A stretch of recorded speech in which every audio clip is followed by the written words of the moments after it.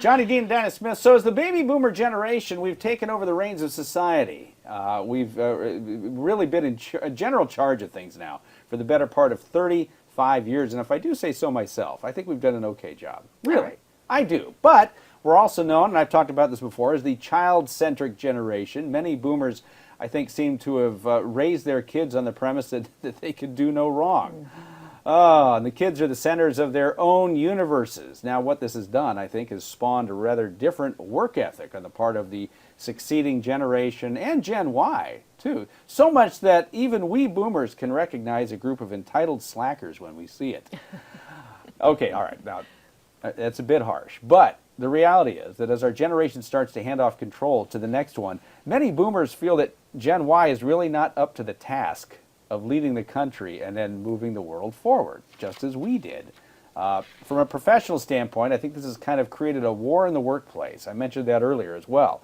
What is that conflict? Well, boomers are concerned that their legacy will pass with them. Gen Yers, the young crowd, the 20s, are worried that the opportunities that were promised to them actually don't exist. There's the conflict. Here to talk about that with us on the Boomers Lifeline is Garrison Wynn. He's a nationally recognized personal influence expert, former Fortune 500 executive, best-selling author of The Real Truth About Success, What the Top 1% Do Differently and Why They Won't Tell You. Hey, Garrison, welcome to the program.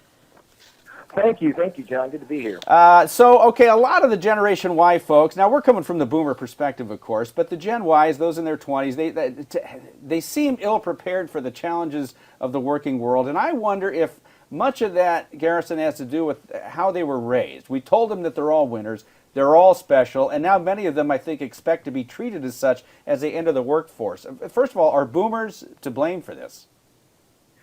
Well, I mean, each generation does the best they can with their kids, and we never parent our children the way that we were parented typically. So the idea was, is we were concerned that self-esteem was the issue. We felt that if a generation had more self-esteem than we did, they would be more successful.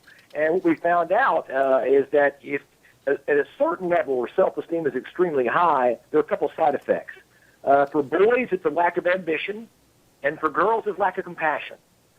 So if your self-esteem is just really off the charts, you're just laying on the couch, smoking weed, playing Xbox, or you don't care about people's feelings. So that's kind of the issue. So Wow. Okay, so here's something interesting that we came across, Garrison. It was a statistic, rather, that said 70% of college freshmen right now are female.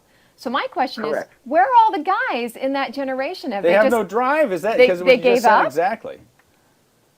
Well, what happened is that we decided that we should pattern everything after the females.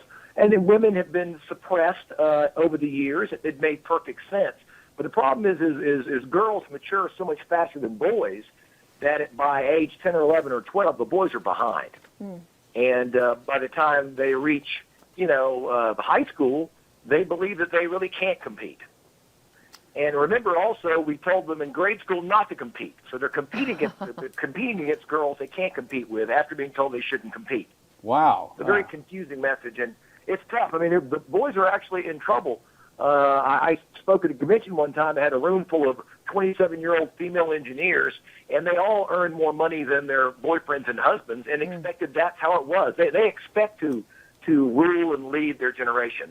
They don't expect the boys and the men to take an equal role in it. And you mentioned a second ago the lack of ambition and lack of drive on the part of boys, and you're seeing that a whole lot. Sure. And when I get that in my image in my mind, it's of the 25, 26-year-old guy, as you said, sitting around on the couch, smoking whatever he's got in his spice rack, and playing Xbox. Now, many boomers, I think, are skeptical of the ability of Gen Xers and Gen Yers to carry on their legacy. I think similar to the way that our parents, I think, were highly skeptical of us boomers when we were in the same position. Now, we've done okay. Do you think the next generation of workers and parents, future parents, are going to do all right? Yeah, absolutely. I think they've learned that being your kid's friend is not as effective as being their parent. We tried to be their friend, and it didn't work out very well. Yeah. I mean, you can go to any airport and see, the mother dressed like her daughter, and that's a lot. Sometimes that's disturbing. But the thing is that I think we learned a big lesson, and that is that we can have a great relationship with our kids. We don't have to pretend like we're kids with them. We don't have to create that situation. So I think we have learned some things, and I think future generations will do fine. So Garrison, do you think this entitlement attitude is going to go away once these kids who are in their 20s realize that maybe we exaggerated a little bit about just how special they are, just how many amazing abilities they have? Do you think that's going to go away? To some degree it will, and to some degree it won't. I mean, little babies are not, born entitled. We do that to them. Right. And some of that stuff could be irreversible to some degree. I mean, you can find a guy in laying in a storm drain with no job and nothing going on who still believes he's better than other people, and that's a belief that starts early.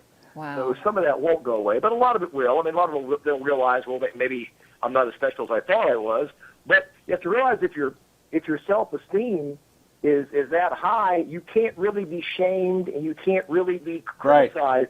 Right. In other words, you tell a 50-year-old guy, hey, you screwed up, and I'm sorry, I did a bad job. You tell a 25-year-old you screwed up, and oh, yeah, but I'm still awesome. Exactly. Boy, have you nailed it. Man, Garrison Wynn is with us. So now your book is out. It's called The Real Truth About Success, What the Top 1% Do Differently and Why They Won't Tell You. We only got a minute or so. Just tell us very quickly about it and where we can pick it up. We studied 5,000 top performers over 10 years to find out what the people who were really extremely influential did, the rest didn't do. And they took advantage of their advantages. And we talk about how to do that and the journey that we took and the research behind that. And it's a fun, quick read, and it's got a lot of great information you can apply right away. You can go to Amazon.com. It's the fastest way to get it. You can get it on Kindle or hard copy. Kindle or hard copy. And your website, I believe, is GarrisonWynn.com, if I wrote that down correctly. That's correct. We've got a new seminar coming up called How to Be a New Manager for young people to better manage their peers and not get sued. Oh, good. All the stuff young managers need to know. Coming up in Houston, Texas on on April the 24th. Great. Nice. Garrison Wynn, W-Y-N-N is how his last name is spelled, Garrison Wynn. Thanks so much for joining us. We appreciate it. Wonderful, wonderful information. We're going to have him back on. I think we could talk about that, too. Oh, yeah. Hey, teach your children well, all right? Just make sure that they're listening to you. Did we listen to our parents? I think we did. I think we did a little more. Once we realized in our 30s just how wrong we were in our late teens and early 20s, I think maybe when Plus, that our kicked parents in. didn't sugarcoat. Really. No, they didn't. You no, know? they didn't. But, hey, we're special, right? I guess. All right. Hey, that's it. That's all we have time for today. BoomersBrainTrust.com is our website. You can click on the Ask the Brain Trust link to get an email to us. For Dinah Smith and everyone else, I'm Johnny Dean. Thanks for watching. Thanks for listening.